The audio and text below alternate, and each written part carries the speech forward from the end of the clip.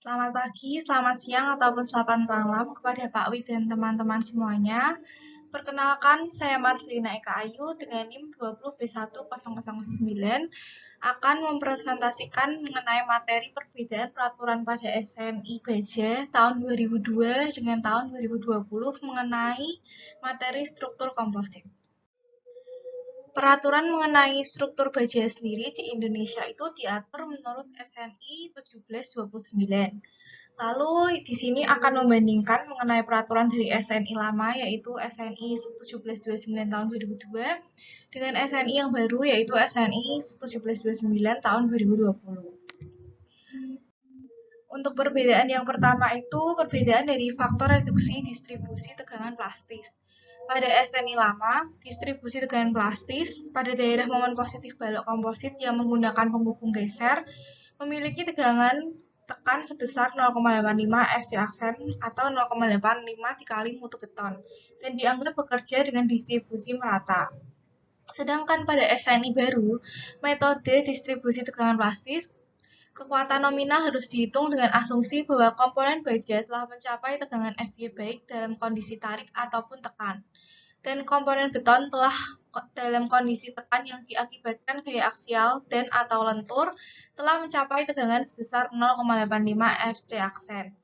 Dengan FC aksen adalah kekuatan tekan beton terspesifikasi dalam satuan MPa. Untuk PSR bundar yang terisi oleh beton, tegangan sebesar 0,95 FC aksen diizinkan digunakan untuk komponen beton dalam kondisi tekan akibat gaya aksial dan atau lentur untuk memperhitungkan efek-efek pengekangan beton. Jadi perbedaannya itu ada saat lebih diperjelas pada SNI baru bahwa tegangan Fy pada baja dan juga kondisi kekuatan beton itu sudah mencapai kondisi yang maksimal. Lalu untuk perbedaan selanjutnya itu pada SNI baru dijelaskan untuk komposit yang terisi oleh beton itu tegangannya sebesar 0,95 FC aksen, sedangkan pada SNI lama itu tidak dibedakan. Selanjutnya perbedaan yang kedua itu mengenai penggunaan mutu beton. Pada SNI lama, itu mutu beton yang digunakan tidak lebih tinggi daripada 55 MPa dan tidak kurang dari 21 MPa. Dan untuk beton normal dan tidak kurang dari 28 MPa untuk beton ringan. Jadi untuk beton normal itu mutu beton yang digunakan 21 sampai 55 MPa, sedangkan untuk beton ringan itu kurang dari 28 MPa. Sedangkan pada SNI baru, untuk menentukan kekuatan tersedia, beton harus memiliki kekuatan minimal 3. Itu yang pertama 21 MPa, maksimal 69 MPa. Itu untuk beton normal, dan untuk beton ringan itu 21 MPa sampai 41 MPa. Lalu properti material beton yang berkekuatan lebih tinggi dapat digunakan untuk perhitungan kekakuan, tetapi tidak dapat diandalkan untuk perhitungan kekuatan kecuali dibuktikan pada pengujian ataupun analisis. Lalu perbedaan yang selanjutnya itu pada penggunaan mutu baja. Pada SNI lama, tegangan leleh profil dan tulangan baja yang digunakan itu pada kolom komposit tidak melebihi 380 MPa. Sedangkan pada SNI baru, tegangan leleh minimum terspesifikasi baja struktural yang digunakan dalam perhitungan kekuatan komponen struktur komposit tidak boleh melebihi 75. Lalu untuk batang tulangan yang digunakan dalam perhitungan kekuatan komponen struktur komposit tidak boleh melebihi 550 MPa atau 80 KSI. Perbedaan selanjutnya itu dari batasan struktur komposit.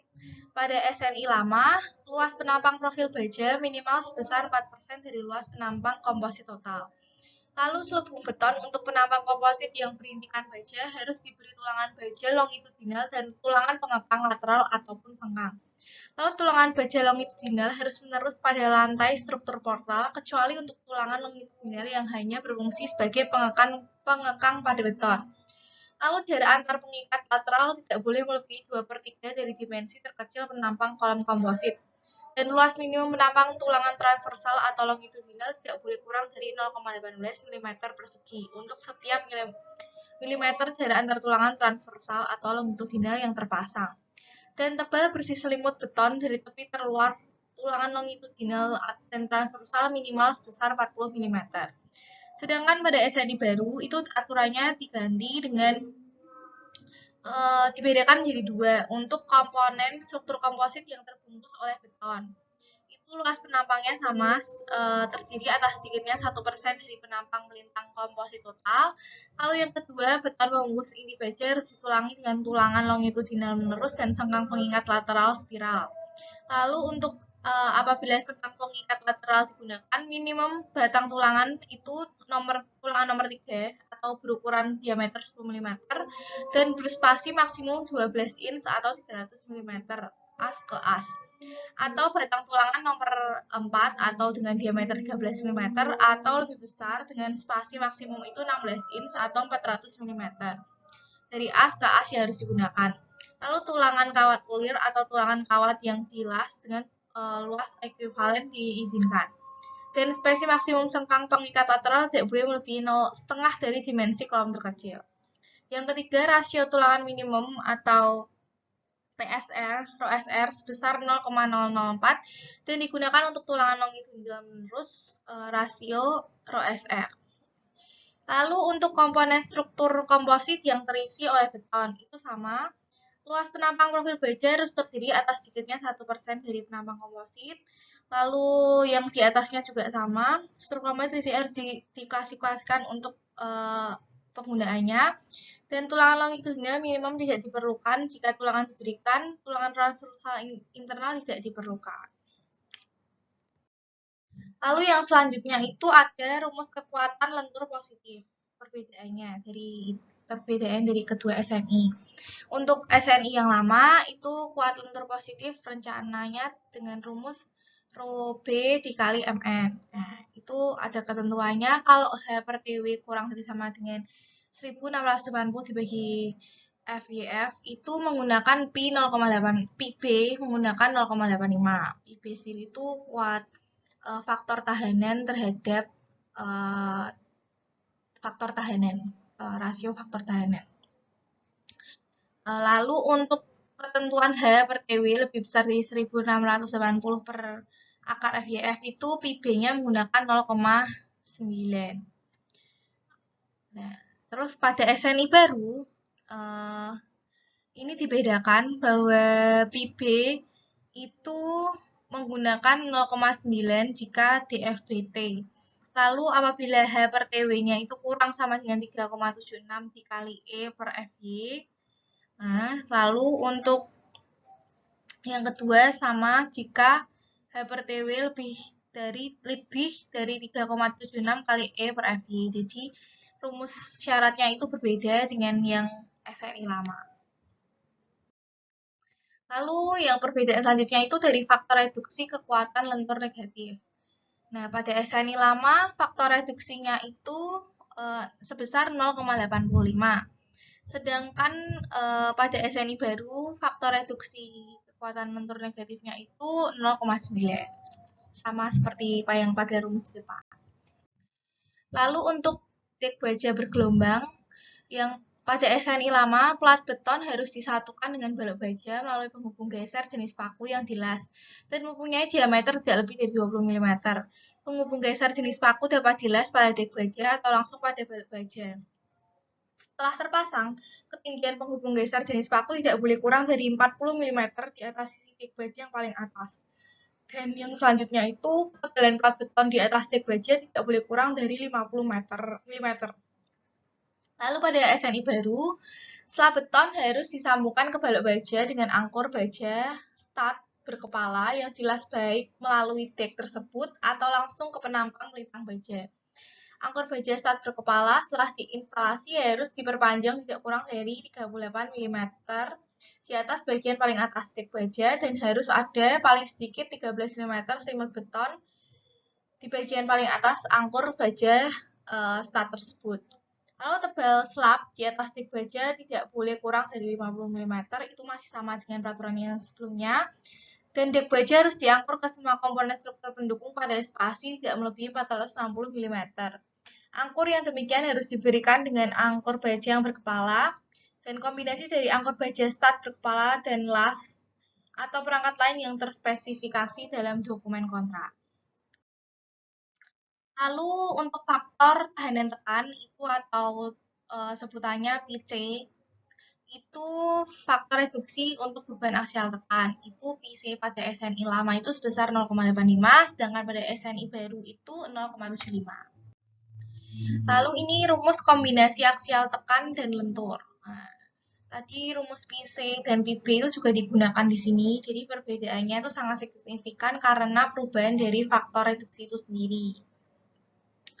Untuk kombinasi tekan dan lenturnya ini ada dua persamaan, yang lebih besar dari 0,2 dan kurang dari 0,2. Untuk yang pertama tuh rumusnya ya dapat dilihat pada 12D5 strip 1 sama 12D5 strip 2. Itu nanti menggunakan NU dibagi PC NN lebih besar dari 0,2 atau rumus lainnya itu bisa juga jika diketahui kuat lentur nominal pada setiap sumbu itu dapat NU per PC kali NN ditambah 8/9 dikali MUX bagi PB MNX tambah MUY dibagi PB per MUY itu harus kurang sama dengan 1.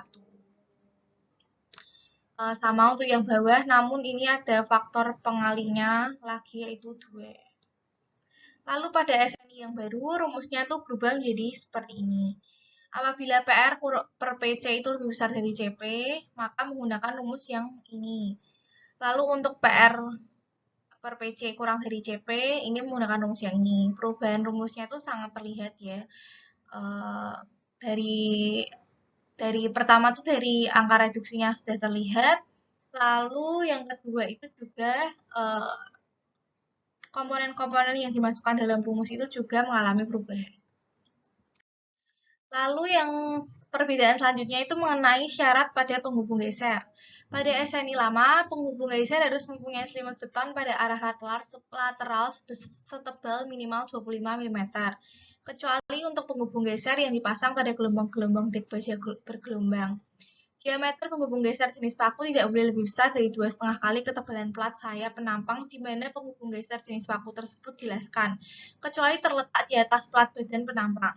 Lalu yang selanjutnya itu ada jarak minimum antara penghubung-penghubung geser tidak boleh kurang dari 6 kali diameter di sepanjang sumbu longitudinal balok penumpu dan tidak boleh kurang dari 4 kali diameter di sepanjang sumbu tegak lurus terhadap sumbu longitudinal balok penumpu.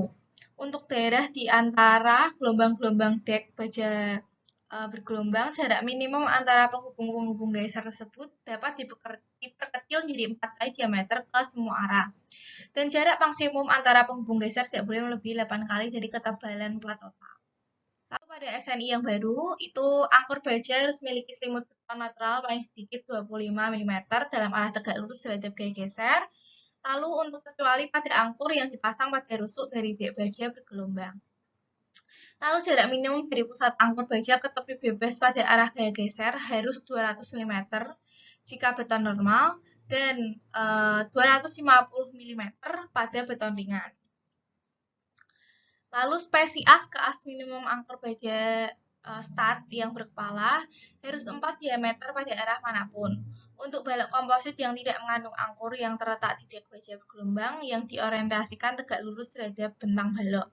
Batas spesies minimum tambahan sebesar 6 diameter sepanjang sumbu longitudinal balok harus berlaku. Lalu yang terakhir itu spesies ke as maksimum angkur baja tidak boleh melebihi 6 kali slab total atau 900 mm. Lalu perbedaan yang selanjutnya itu mengenai penghubung geser jenis paku atau stat. Pada SNI lama, penghubung geser dapat dari jenis paku baja berkepala dengan panjang dalam kondisi terpasang tidak kurang dari 4 kali diameternya atau berupa penampang baja kanal gilas. Dan penghubung geser jenis paku dan penghubung geser kanal harus mengikuti ketentuan yang berlaku. Massa jenis plat beton yang digunakan pada struktur balok komposit dengan penghubung geser tidak boleh kurang dari 1.500 kg per meter persegi.